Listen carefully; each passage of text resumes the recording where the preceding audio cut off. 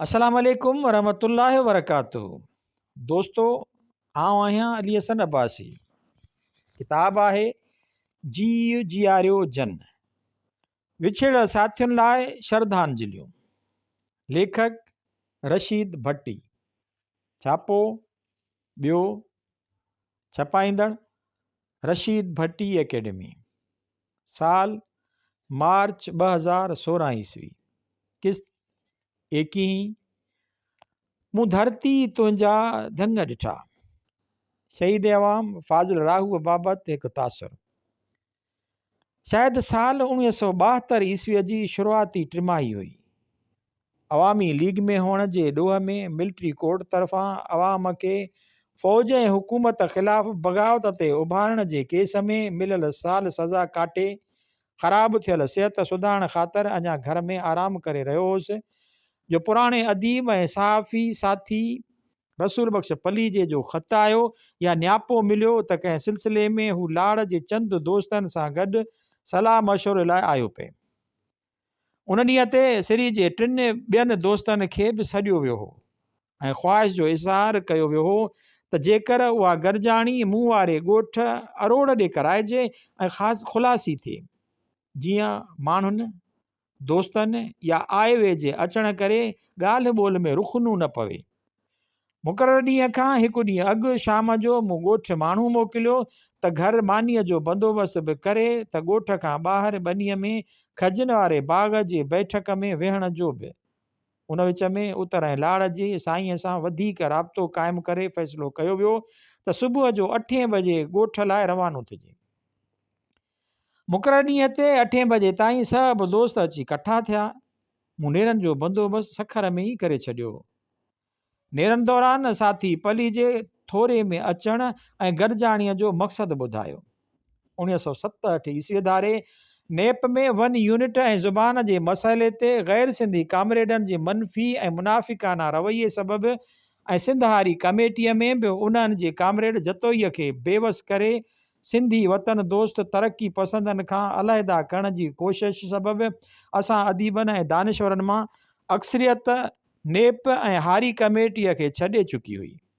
असां काज़ी फैज़ मोहम्मद सां हम ख़याल थी अवामी लीग में हलिया वियासीं ऐं बाक़ी दोस्तनि हैदराबाद तरफ़ सिंधी यारी तहरीक जो बुनियादु विधो। हींअर संगत जो ख़्यालु हो त तरक़ी पसंदीअ अवाम दोस्तीअ ऐं क़ौम परस्तीअ जे घुर्जुनि खे ख़्याल में रखी का सियासी तनज़ीम क़ाइमु कई वञे, तंहिं लाइ सलाह मशवरो कजे ऐं गॾियल राय सां उन ॾिस में को फ़ैसिलो करे अमल कजे। मुंहिंजे ख़्याल में सिंधी अवामी तहरीक जे क़याम लाइ शुरूआती गरजाणियुनि मां उहा बि हिकु हुई। उन ॾींहुं नेरनि कंदे पलीजे पाण सां गॾु आयल हमराहनि जी ॼाण सुञाण बि कराई। उन्हनि में हिकु शहीद फाज़िल राहू बि हो, जंहिंजी कार ते हू हैदराबाद खां आयल हुआ। फाज़िल जो नालो त न, अलबत्ता संदसि शिकिल ऐं समाजी पदकार जो मालिक मूं लाइ हैरत में विझंदड़ ऐं नऊं ज़रूरु हुया।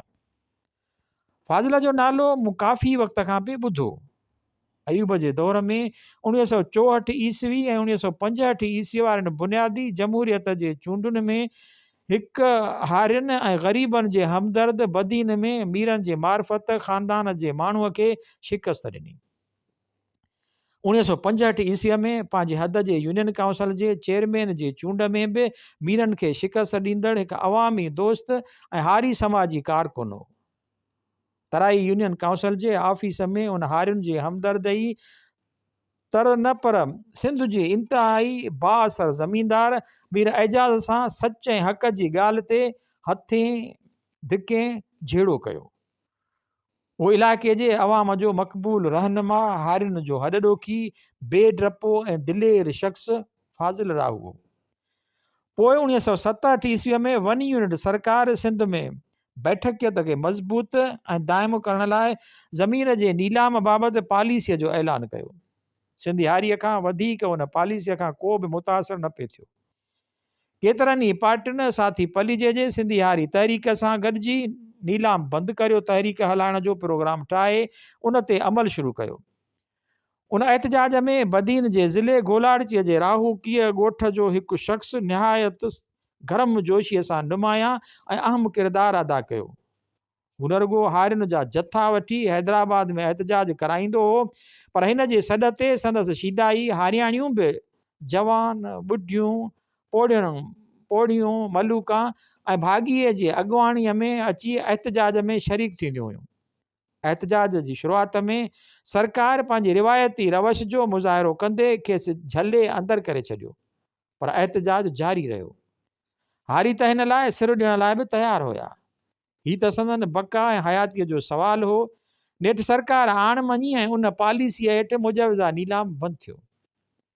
पंहिंजे अटल इरादे, हिमत ऐं हारियुनि में मक़बूलियत जे करे अयूब शाही सरकार खे आण मञाईंदड़ सर्वेच फाज़िल राहू ई हुयो, जो थोरे अरसे अंदरि ई चङनि भलनि हारी रहनुमाउनि खां गोई खणी वियो हो ऐं उमीद पैदा करे चुको हो त कामरेड हैदर बख़्श जतोईअ खां पोइ बि संदसि मशाल जलंदी रहंदी, मिशन जारी रहंदो ऐं सिंध जो हारी निधण को न रहंदो।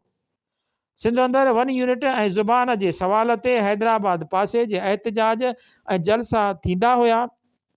तंहिंमें फाज़िल राहूअ जी पंहिंजे हारियुनि जी वॾे जथे सां शमूलियत जी ख़बर खे वॾी अहमियत सां शाया कयो वेंदो हो।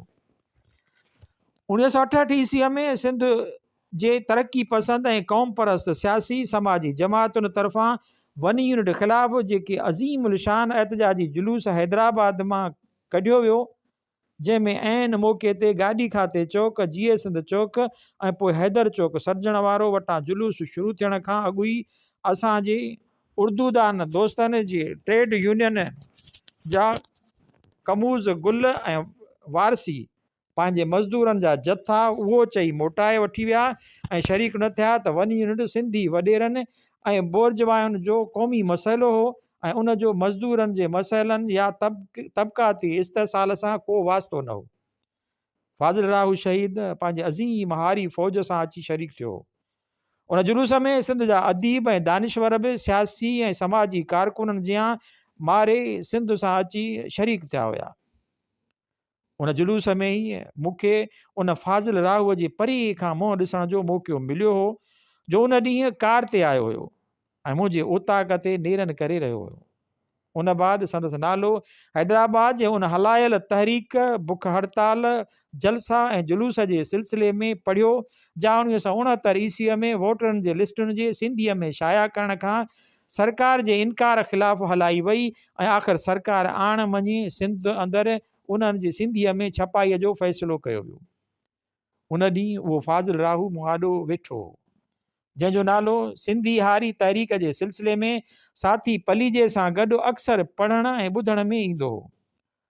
मुंहिंजे ज़हन में फाज़िल बाबति उहो तसवुर हो त हू को हारी तबिके जो मिसकीन जहान ख़ान खोसे या असांजे सखरा वारे कामरेड अब्दुल कादिर इंडड़ जियां हारियुनि जो हॾ ॾोखी, हमदर्द ऐं सच जो साखी समाजी कारकुन हूंदो। पर तंहिं ॾींहं वारी गॾिजाणी ऐं मुलाक़ात मां ख़बर पई त हू हिकु सुखियो सताबो मच्छी मानीअ वारो मालवंद ज़मींदार हो। संदसि समाजी मर्तबे खां सवाइ हिन जी हिकु ॿी शइ बि फ़रेब ॾींदड़ ऐं दोखे में विझंदड़ डिसेप्टिव हुई। जहिड़ी रीति हू ज़मींदार ऐं ख़ुशहाल सफ़ेद पोश हूंदे बि पंहिंजो उहो तबिक़ाती वजूद ख़तमु करे ला तबिक़ाती हस्ती माणे चुको हो ऐं मंझंदि का बि अहिड़ी समाजी हरकत, रवश ऐं वर्ताव कोन हो जंहिंमें अॻिले खे परूड़ पइजी सघे त हू महज़ शौक़िया, रूमानवी या मुहिम जो हारी, हमदर्द ऐं तरक़ी पसंद हो। हू बिल्कुलु पाण खे, पंहिंजे उथण वेहण खे, पंहिंजे सुभाउ ऐं सोच खे, वर्ताव ऐं वहिंवार खे बिल्कुलु उन तबिके जे घुर्जुनि मुताबिक़ बणाए चुको हो, जंहिंजी ख़िदमत ऐं छोटकारे लाइ हू पाण खे नज़रियाती तौर बि तयारु करे चुको हो। अहिड़ीअ रीति संदसि कद काठ ऐं चहिरो बि संदसि मन अंदरि वारे फाज़िल खां बिल्कुलु मुख़्तलिफ़ हो। मूंखे पहिरियों दफ़ो खेसि वेझे खां ॾिसण जो मौक़ो मिलियो हो। कदावर, बुत में भरियल, जंहिंखे सिंधीअ में थोरे में खणी जाठो जवान चइजे, अखियूं वॾियूं ऐं वेकिरियूं, मुंहं में रोब ऐं ताब, थोरो गंभीर थिए त दुश्मननि जे दिलुनि में ददिको मची वञे। शहीद फाज़िल पहिरीं नज़र में ईअं लॻंदो हो जो साणसि अखियुनि में अखियूं अटकाए निहारणु मौत खां वधीक ॾुखियो थी पवंदो हो। संदसि साम्हूं बीहबो त ॼण जबल जे अॻियां जितां आमड़ो, मतिलबु त संदसि अॻियां ॼमी बीह ॻाल्हाए वञणु सोभ सम्झी वेंदी हुई।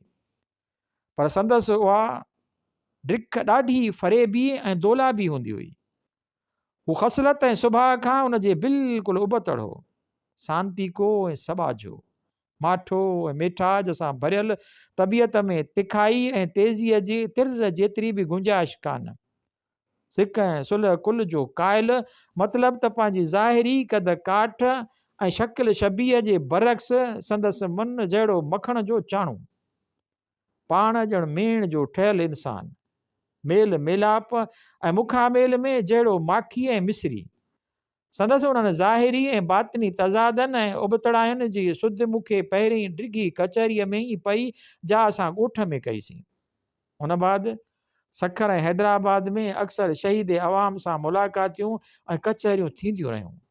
साॻियो ई सुभाउ, साॻियो ई अटल इरादो, साॻियो ई जज़्बो ऐं कम जो जुनून, साॻियो ई हारियुनि सां हमदर्दी ऐं अवाम दोस्तीअ जो मज़हर ऐं मुजस्मो, ऐं पंहिंजे मक़सद हयात ऐं नज़रिए सां साॻी अरपना डेडिकेशन। सच पच त संदसि अमल ऐं किरदार खे ॾिसी असां हसास जज़्बाती ऐं मूडी इनकलाबियुनि जो बि पंहिंजे आदर्श में ईमान मज़बूत थींदो हो, ऐं कॾहिं कॾहिं का मायूसी या नाउमीदी ईंदी या अचण जी बि कंदी हुई त उहा दग मटाए वेंदी हुई।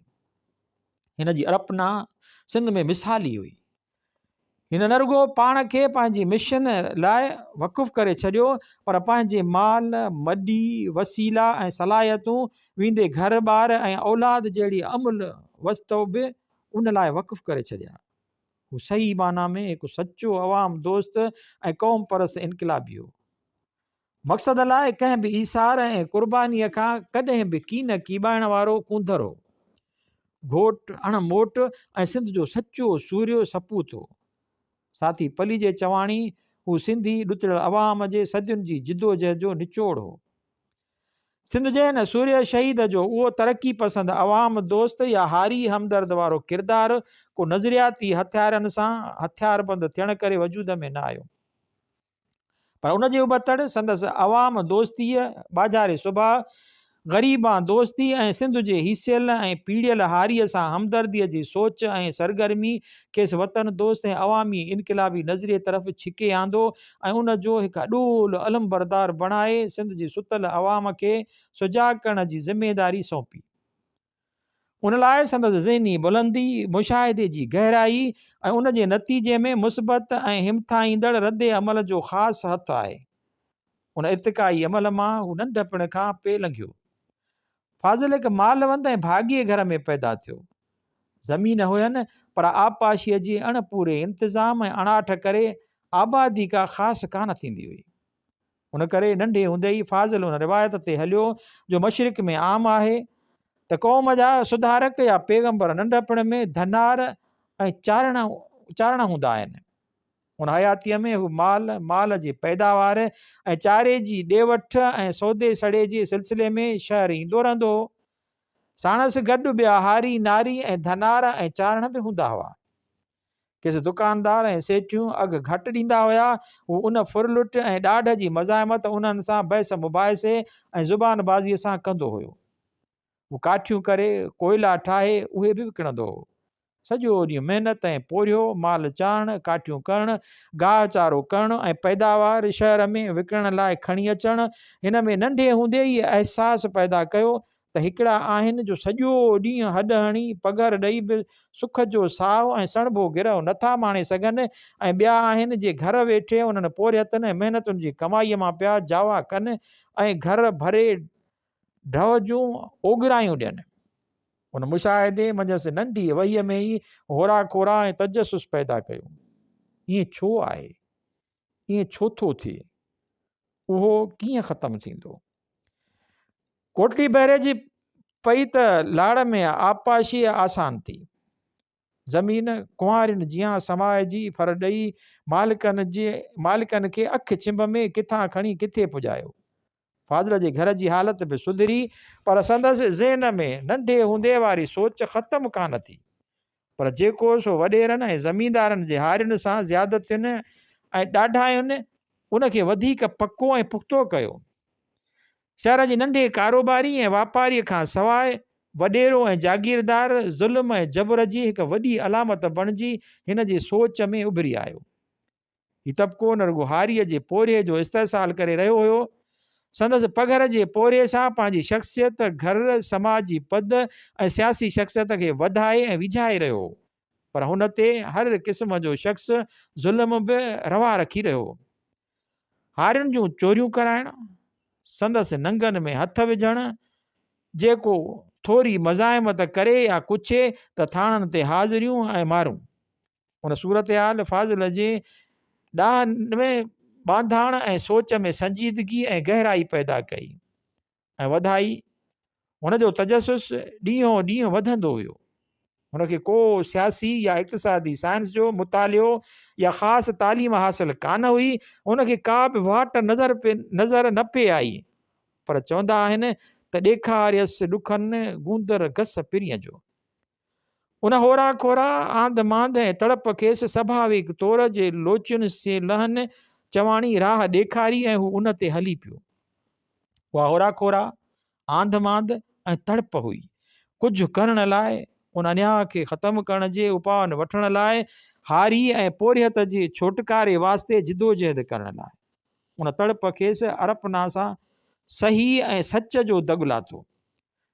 आबादीअ करे कुझु पैसे ऐं पहुच वारो थियो त हड़ा ऐं वड़ा ग़रीब हारीअ ऐं नारीअ जे वार लाइ निकिरी पियो। कामोरनि कड़नि वटां बेवान वसीलनि जो कमु कराइणु, बेज़मीन माण्हुनि ऐं हारियुनि खे ज़मीनूं ॾियणु ऐं मदद करणु, कचहरियूं करे उन्हनि खे सम्झाइणु ऐं ज़मीनूं खणण ते आमादा करणु। 1958 ईस्वीअ में मार्शल लॉ सरकार ओलह पाकिस्तान या वन यूनिट खे पूरी रीति हिकु अज़ीम पंजाब बणाइण जो अमल शुरू कयो। शुरूअ में हिकु मिनी पंजाब गोलाड़ची में क़ाइमु कयो वियो, जिते न रुॻो पंजाबी फ़ौजुनि ऐं शहरुनि खे आबाद करे मुआशी इस्तेसाल शुरू कयो वियो, पर शहरनि ऐं ॻोठनि जा तारीख़ी ऐं वॾड़नि जा नाला बि मटाया ऐं बदिलाया विया। असांजो मक़ामी ज़मीनदार, जागीरदार ऐं वॾेरो काढू ऐं पुछ लोडू ऐं बछ जो कुतो थी मालिकनि सां वफ़ादारी ॾेखारींदो, खेनि मज़बूत करण ऐं हारियुनि जे इस्तेसाल में साथ ॾियण में उन्हनि जो ॿिटु थी बीठो। उन मोड़ ते फाज़िल खे हिकु क़ौमी, अवामी ऐं समाजी कारकुन ऐं सुधारक मां मटाए लाशऊरी तौरु सियासी रस्ते ते आणे बीहारियो। ARO जी कचहरीअ में हारियुनि खे नज़र अंदाज़ ऐं निरह करण जी कोशिशि कई वई। खेनि खणत ॾियण बजाए वॾेरनि ऐं ज़मीनदारनि सिंधी तोड़े गैर हाज़िर गैर सिंधी खे वरसायो वियो। उतां हिन जोधे जवान जी हद जी बाअसर ज़मीनदार टोले मीर एजाज़ ऐं संदसि आकाउनि सां जंग शुरू थी। हिन ते हमला कराया विया, झेड़ा झटा शुरू थिया, ॾाढ ऐं जबर सां हिन खे हीसाइण ऐं धमकाइण जी कोशिशि कई वई, पर हू पंहिंजी राय ते अणटर थियो हलंदो रहियो। ग़रीब ऐं ॾुतड़ अवाम खे जबर ऐं ज़ुल्म जे ज़ंजीरनि मां आज़ादु कराइण लाइ हिन शख़्सी ऐं हड़ावड़ा मदद सां गॾोगॾु एहतजाज ऐं ॿिया सियासी रस्ता बि अख़्तियार कया। हुन दौरान ई अवाम जी कमनि कारियुनि ऑफिसुनि ऐं कोर्टुनि में ईंदे हिन जे उन वक़्त जे हिकु सरगर्म क़ौमी कारकुन हफ़ीज़ कुरैशी वकील सां ॾेठ वेठ थी, जंहिंजे मार्फत रसूल बख़्श पलीजे सां लह विचण में आयो। उन अॻिते हली अहिड़ी दोस्ती, साथ ऐं नज़रियाती हिकजहिड़ाईअ जी सूरत अख़्तियार कई जो रची जे रेटो थिया तन लही न लाली। मुताबिक़ हू मरण घड़ीअ ताईं उन साथ दोस्ती ऐं नज़रिए सां निभाईंदो आयो। अहिड़ी रीति हिन कंहिंजे पुठियां हली कुझु पढ़ी नज़रियाती इल्मु हासिल करे पंहिंजे कंहिंखां रहनुमाई न वरिती, पर पंहिंजी सुहाइप ऐं सरवाणी, पंहिंजी हसास तब, मुशाहिदे, उणतुण ऐं पाण पतोड़ण जे अमल सां कंदो अचे। सिंध जे अवाम दोस्त क़ौम परस इनक़लाबीअ जी अज़ीम पद ते रसियो। हारियुनि जो हमदर्द, ग़रीबनि जो हॾॾोखी ऐं हीणनि जो हमरा त फाज़िल मुंड खां ई हुयो, पर संदसि दर तां कॾहिं बि को सवाली ख़ाली न वेंदो। अधु राति मंझरात धर ततीअ पोइ पारनि जहिड़ीअ फरीअ में जंहिं अची कंहिं कम लाइ दर खड़कायो त न जे जवाब या लवाइण नटाइण बजाए सदाईं संदसि वात मां निकिरंदो, हाज़िर बाबा, कमु थींदो, बिल्कुलु थींदो। ऐं पोइ अज़म ऐं जाखोड़ सां उनखे करे ॾेखारियो। ॾुतड़ियल ऐं ग़रीब अवाम जो न सिर्फ़ु ॾुख जो साथी ऐं ग़मख़्वार हूंदो हो, पर अवाम सां वहिंवार में बेरियाई नंढ वॾाईअ जो ॾेख न कुर्ब ऐं प्यार ऐं मुहबत जो मज़हर हूंदो हो। राजभाग जा फ़ैसिला अहिड़े नमूने कबा जो सभु को वाह वाह चवंदो। कंहिंखे बेइंसाफ़ीअ या तरफ़दारीअ जी शिकायत न रहंदी। ओड़े पाड़े करेबो जवार में उथण ऐं विहण ऐं वर्ताव अहिड़ो जो दुश्मनियूं दोस्तनि में तब्दील करे छॾे। हाणे सोचे त जॾहिं अहिड़ो कामिल ऐं परूण इंसान हिकु साइंसी ऐं इनक़िलाबी नज़रिए सां हथियारबंद थी सियासी मैदान में अचे त हू छा न थी पवंदो। सराह ॾिठम से जन साझाए सुराण सी, तेग तनी जे खे कट न लॻे कॾहिं। अहिड़े किरदार जो मुज़ाहिरो ऐं अमली सरगर्मीअ जो सबूत फाज़िल शहीद सिंधी हारियुनि ऐं सिंधी अवामी तहरीक जे प्लेटफार्म तां पेश कयो। नीलाम बंदि करायो तहरीक में कामयाबी सिंधी हारी तहरीक जे खाते में अचे थी। मार्शल लॉ दौर या पीपी दौर हुकूमत में सिंध जो जो बि सियासी इक़्तिसादी ऐं सकाफ़ती इस्तहसाल थियो, उन ख़िलाफ़ हीअ मर्द मांझी सभ खां अॻु में रहियो। दलीर ऐं दिलबर जवान उसूल ऐं आदर्श ख़ातिर 1977 ईस्वी वारनि चूंडुनि में हारियुनि नारियुनि जे ज़ोर भरण ते हुक्मरान पार्टीअ जी हिमायतीअ सां सूबाई असेंबलीअ जी चूंड लड़ियो। सरकार खेसि चूंड वारे ॾींहं खां अॻु ई DPR में अंदरि करे धांधलीअ सां पंहिंजो उम्मीदवार कामयाबु करायो।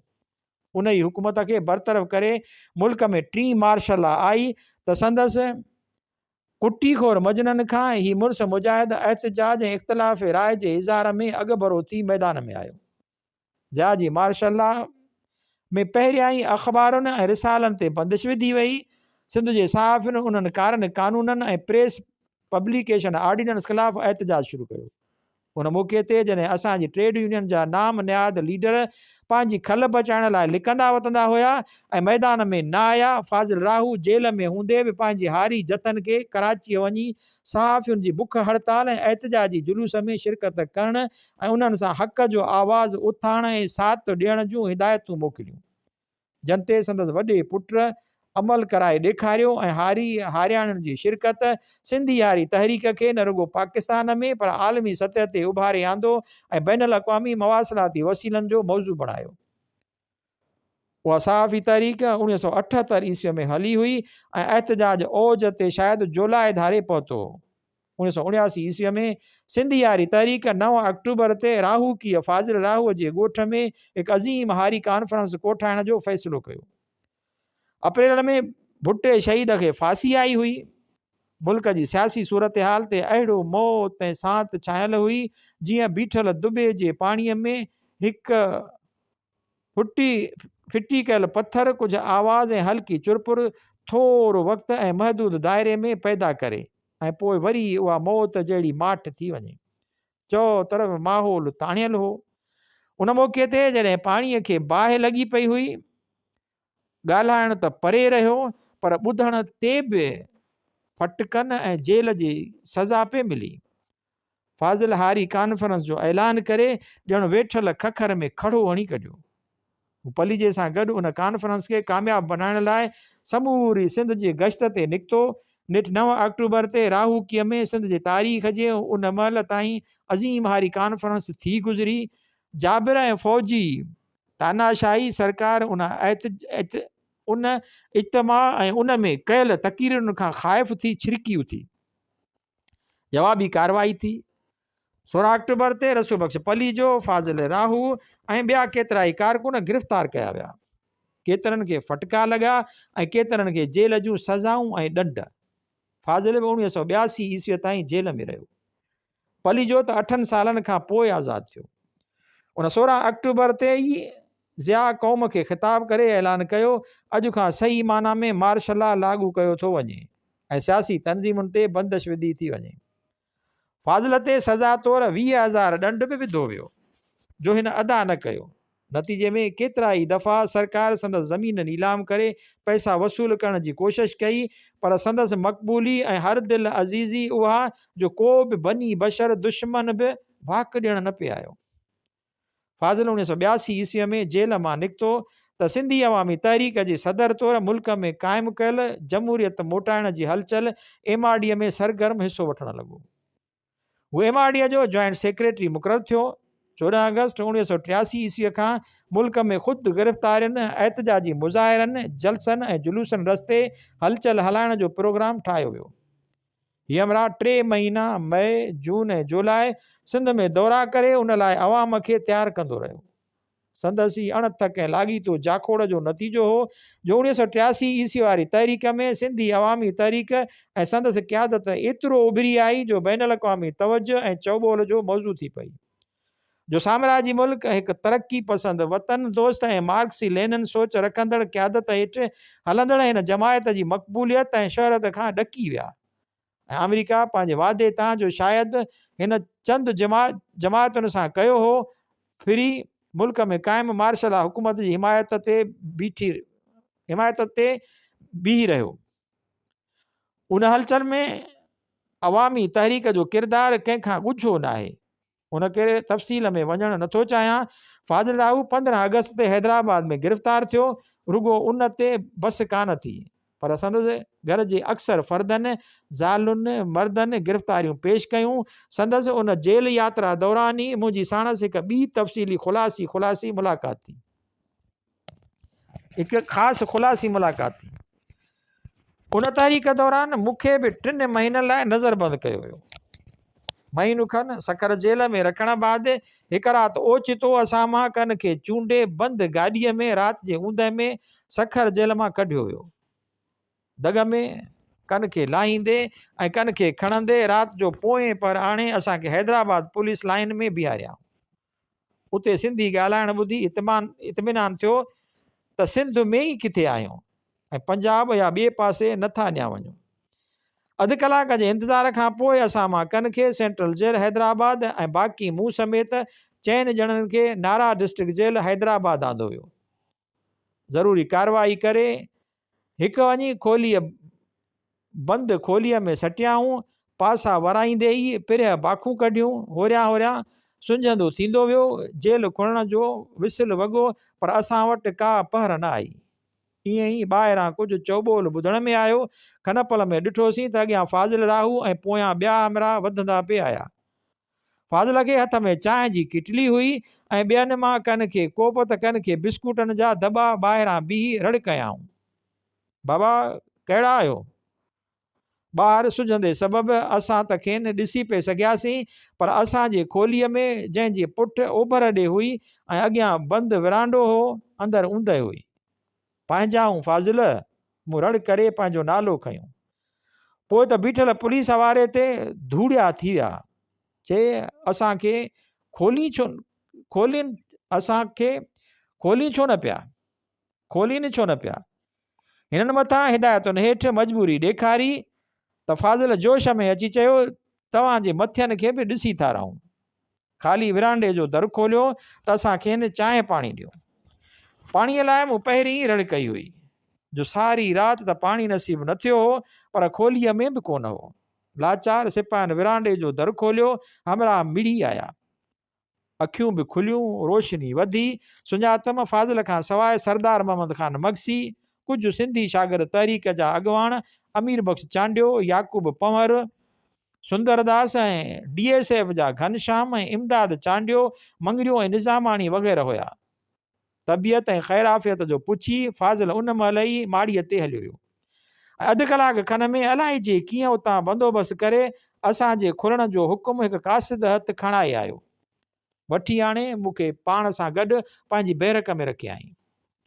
उते असीं 48 कलाक खनि गॾु रहियासीं, छो जो ॿिए ॾींहुं हिन खे राति जो मछ जेल खणी विया। पर उन्हनि चंद कलाकनि में जो फाज़िल मूं ॾिठो, तंहिं संदसि बारे में ॿुधल ऐं पढ़ियल ॻाल्हियुनि जी न रुगो तस्दीक कई, पर हिन खे मूं आॾो अवाम दोस्त, इनक़िलाबी हुअण सां गॾु हिकु सचो साथी, इंसान दोस्त, अज़ीम शख़्सियत करे बीहारियो, जहिड़ो मूं ॿियो अञा कोन ॾिठो आहे। ॾींहं में 10 दफ़ा माड़ीअ ते वेंदो हो, पंहिंजे कम लाइ न। खेसि त हर शइ उते पुट पुॼाई वेंदा हुआ, पर ॿियनि जे लाइ पहिरें ॾींहुं ई 10 बजे मूंखे ॿुधायई त तुंहिंजे घर इतला पहुची वियो त तूं हिते आहीं। असांखे ओचितो राति जो कढी आया हुआ। घर वारा ॾाढो परेशान हुआ। हींअर इत्मिनान अथनि उन बैरक में अवामी तहरीक ऐं PPA जा कारकुन हुया, पर हिन जे सभ जे कम लाइ माड़ीअ ते डुक हूंदी हुई। छड़ो सियासी कैदी छा, जेकॾहिं आम ॾोहारीअ सां बि का ॾाढाई थी त दाही हिन वटि ईंदो ऐं ही माड़ीअ ते संदसि शख़्सियत ऐं ॾेल ॾांहुं आॾो जेल जे माड़ीअ जा दर खुलिजा समझिया खुली वेंदा हुया। ॾींहं में 10 दफ़ा पंहिंजे बैरक ऐं शागिर्दनि वारे वार्ड वञी पुछा कबी, बाबा कुझु खपे, कंहिं शइ जी घुर्ज आहे, का तकलीफ़? छड़ो ज़ुबान मां लफ़्ज़ कढण जी देरि हुई, ॼण वटसि को अलाउद्दीन वारो ॾीओ जो शइ हाज़ुर, तकलीफ़ दूर। मुखेसि जेल में उन अरसे दौरान रुगो साथी न ॾिठो, पर हू साथी बि हो, ग़मख़्वार बि, हमदर्द बि, ग़म टाल बि, रांधो बि हो त मानी वधाइण वारो बि, तहरीक जो अॻवान बि हो त अदना दर्जे जो शेवादारी कारकुन बि, वेज बि हो त फ़क़ीह बि, छड़ो मूं लाइ न पर सभिनी साईं लाइ। असां संदसि हूंदे ईअं महसूसु कंदा हुआसीं जीअं कुकड़ जा चूज़ा पाण खे ख़तरे दौरान माउ जे पेरनि हेठां, माउ जे परनि हेठां पनाह सुख ऐं सलामतीअ में महसूसु कंदा आहिनि। मां त नवंबर में 3 महीना पूरा करे निकिरी आयुसि, पर फाज़िल जेल मोटाईंदो रहियो। मच खां कराची, कराचीअ खां सखर ऐं वरी सखर खां कराची। जेल में मुंहिंजी साणस आख़िरी मुलाक़ात लांडीअ वारे जेल में थी। साथी पलीजे जे कमरे में कलाक ॾेढ कचहरी कईसीं। उहा ई हौसले जी बुलंदी, हिम्मत ऐं इरादे में अटलता। हालांकि उन अरसे दौरान संदसि 2 पुट पोयां दुखदायक अंदाज़ में इंतकाल करे विया। उहा शेवादारी ऐं ख़िदमत, साॻी सिक ऐं सचाई। उते ई बीमार थियो, सिविल अस्पताल में दाख़िल थियो, पर इलाज पूरो न थियो।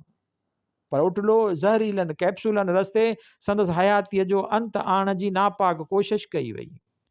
बीमारी ऐं बेहोशीअ जी हालत में ई सखर जेल बदिली कयाऊंसि, जिते 4 ॾींहं बेहोश रहियो, पर मौत आॾो आण न मञाई।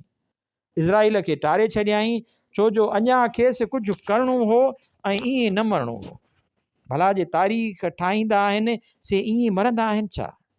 एॾियुनि सख़्तुनि ऐं सदमनि में बि हुन होश ऐं हौसलो न विञायो। हू भॼी भोरा भोरा ऐं टुकर टुकर न थियो।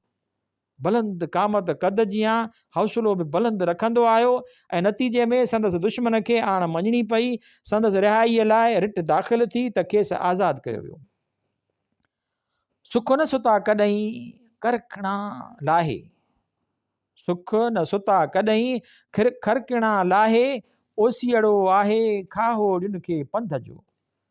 सो आराम ऐं सुकून त हिन शख़्स पंहिंजी ज़िंदगीअ मां कढी छॾिया हुआ। मुसलसल ऐं अणथक जदोजहद हिन जो मज़हब हो। वधंदा हलो जेसी माग ते न रसो। 16 जनवरीअ ते जेल मां निकितो त सिधो सिद्दीक़ ऐं सचल जो सदमो सीने में सांढियो लाहौर एमआरडीअ जी गरजाणीअ ते हलियो वियो। उतां मोटियो त खाबीअ धुर जे इतिहाद ऐं हिकु पार्टी ठाहिण जी कोशिश में जुंबी वियो। जन खे जीअं में झोरी हूंदी आहे, जे कंहिं माग जा ॻोलाऊ हूंदा आहिनि, जे ॾोरण ऐं विढ़ण जी राह अख़्तियार कंदा आहिनि, तन खे भला किथे थो माठ करे विहण ऐं आराम करणु अचे। हिन जी अणथक कोशिश ऐं पुरखुलूस जज़्बनि जे नतीजे में ई 27 जुलाई ते अवामी नेशनल पार्टी क़याम में आई। अवामी नेशनल पार्टीअ जी तश्कील बाद ही मुड़ुस मथेर दोस्तनि खे उन बारे में मज़ीद मालूमात पहुचाइण ऐं वधीक सलाह मशवरे लाइ दौरे ते निकितो। सखर आयो त तफ़सीली कचहरी थी। शाह साईं चवे थो, की न वेहंदसि कुंड में न मूं भव न भायो। पोइ वरी साॻिया लाटू, साॻिया चुग, हमरा नासाज़ तबियत जे बावजूदि नई पार्टीअ जी तनज़ीम ऐं कम में लॻी वियो। मक़ामी सियासत जंहिं संदसि इलाइक़े में हींअर तेल जे खूह निकिरण सबबि हिकु नओं रूप वरितो हो, तंहिं बि संदसि वक़्तु, ध्यानु ऐं जिदोजहद जी घुर्ज ऐं ज़रूरत खे वधाए छॾियो। अॻोते रुगो जागीरदार, ज़मींदार ऐं वॾेरे सां जंग हुयसि, पर हींअर उते अमरीकी साम्राज्य जी हिकु गुमाश्ता कंपनीअ जे क़याम बाद टिर्धुरियो इतिहाद संदसि मुंहुं मुक़ाबिलो। अमरीकी साम्राज्य पाकिस्तानी साम्राज्य ऐं मक़ामी जागीरदार, उहे टेई क़ुवतूं जंग में खुलिया खुलाया ऐं जाइज़ तरीक़ा ऐं रस्ता अख़्तियार करण बजाए साज़िशुनि ऐं मनसूबनि खां कमु वठंदा आहिनि। नेठि उन्हनि जी साज़िश कामयाबु थी। 17 जनवरी ते शाम जो निज़ाम बलोच फ़ोन कई त फ़ाज़िल राहूअ खे शहीद कयो वियो आहे। मूंखे 8 ॾींहं अॻु टियों दफ़ो ऐं शदीद दिलि जी तकलीफ़ थी हुई। बिस्तरे दाख़िल हुयुसि ऐं अञा ताईं उन सबबु घर में माज़ूरनि जियां आराम वारी ज़िंदगी पियो घारियां। छोकिरनि खे उन महिल ई सखर मां रवानो थींदड़ काफ़िलनि सां शहीद जी सलामती मोकिले ॾिनुमि ऐं BBC ते तफ़सील सां उन समूरी साज़िश जा तफ़सील ॿुधणु लॻुमि। ॿिए ॾींहं जे बैन अल-अक़वामी इतलाती ज़रियनि ऐं मक़ामी प्रेस मां पतो पियो त सारी सिंध में ख़ासि तरह ऐं मुल्क में आम तौरु एतिरो गहरो रंज ऐं ग़म जो रद्द अमल ऐं उन जो अमली अवामी मुज़ाहिरो अपखंड जी तारीख़ में गांधीअ जी शहादत खां पोइ किथे नज़र न आयो। उनखां वधीक हिन सिंधी सूर्य सर्वेच शहीद खे सिंध जो अवाम कहिड़ी श्रद्धांजलि पेश करे सघे थो। बैन अल-अक़वामी तौर खेसि कहिड़ी मञता जी ज़रूरत आहे त गांधीअ खां पोइ फ़ाज़िल राहूअ जी शहादत ऐं 40 जी रस्म थी हुई, जंहिं अपखंड जी तारीख़ में मिसाल क़ाइमु कयो। से जीअ जियारा माण्हू हुआ, से सभ खां प्यारा माण्हू हुआ, जन साहु ॾेई वे साहु ॾिनूं जे दिलि में दुखाए विया। अयाज़ पर अञा साज़िशी टोले खे सुख चैन ऐं आराम न आहे। असीं हयात जे फ़लसफ़े जा क़ाइल आहियूं। का शइ ख़तमु नथी थिए, उहो ॿियो ऐं ॿिया रूप वठी पैदा थी थिए। अॼु सिंध में हज़ारे फ़ाज़िल पैदा थी रहिया आहिनि। बक़ौल अयाज़ मरंदासीं त मिटीअ मां पंहिंजी फुटंदा सुर्ख गुलाब। हिकिड़ाणू मिटीअ में मिली ख़तमु न थींदो आहे, पर पंहिंजो वजूद विञाए फुटी वधी फरदार वण या ॿूटो थी वेंदो आहे। सिंध जो अवाम फ़ाज़िल जी शहादत वारी पुॼाणी बाद हज़ारे फ़ाज़िल पैदा करे रहियो आहे। हीअ कंहिं सच जी राह सुञी ऐं ख़ाली थियणी न आहे। हिक जे मारण सां मार्ग मेटिजी या माॻ ख़तमु नथो थी वञे। हक़ परस्त मरी वेंदा आहिनि, पर संदन ख़ूबियूं ख़सलतियूं आदर्श ऐं मक़सद जियारा रहंदा आहिनि।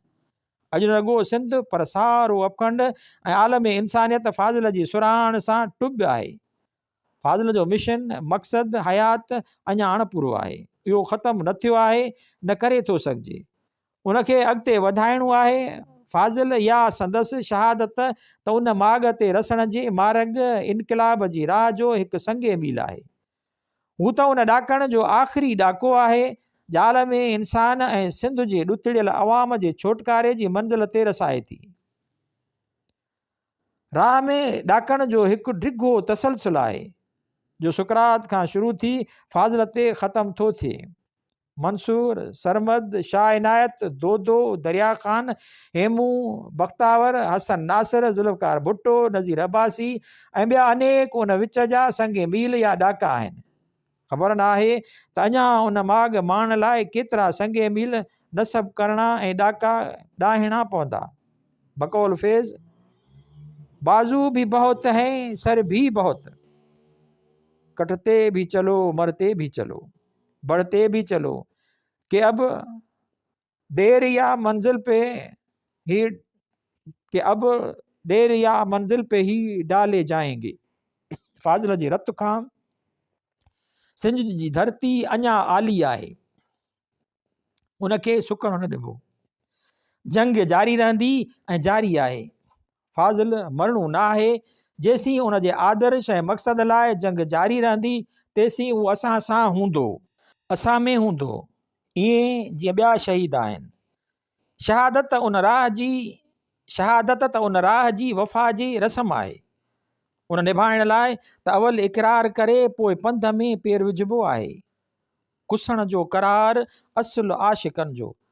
न रुॻो जंग ऐं जिदोजहद दौरान फ़ाज़िल असां आॾो रहंदो, पर फ़तेह ऐं माॻ मुराद माण बाद बि जा ओस थियणी आहे। फ़ाज़िल असां वटि हक़, सदाकत, इनक़लाब, जिदोजहद, एतमाद ऐं नज़रिए में यकीन जी अलामत थी रहंदो। अयाज़ जे लफ़्ज़नि में सम्झो था लोको, फ़ाज़िल मरणो कीन आ, मरी वियो ॿियो को। अॼु मां जॾहिं शहीद फाज़िल संदसि शख़्सी किरदार, अवामी जमहूरी ऐं क़ौमी इनकलाब लाइ जिदोजहद ते नज़र थो विझां त मूंखे हू धरती माता, इंसानी भाइपी, अमन ऐं छोटकारे जी अलामत जी हिकु अज़ीम मीनार जियां थो निगाहिजे। धरतीअ जे मज़लूम अवाम जे उन्हनि सूर्यनि सर्वेचनि जो हम सफ़र ऐं उन्हनि सच ऐं हक़ चवण वारनि जे लॾे साथ संगत में थो नज़र अचे। जन सच जो सौदो न कयो पर सिर ॾिनूं, जन रत ऐं मिटीअ में पंहिंजा जिस्म भभकाया पर पंहिंजे ऐं कुड़म जे मथां लॼा जो लीको पवण न ॾिनो। उन कुड़म में हूअं ई सिंध जे भातियुनि जी घणाई आहे पर फाज़िल जी शहादत उन घणाईअ में हिकु मिसाली ऐं मुलायती ऐं मणियादार फ़र्द जो वाधारो आहे। शायदि अयाज़ फाज़िल जी शहादत लाइ ई अॻकथी कंदे चयो हो, मूं धरती तुंहिंजा धिंग ॾिठा, मूं तन जा लोयल लिंग ॾिठा, जन विढ़ंदे विढ़ंदे जान ॾिनी से वारो वीर वॼाए विया।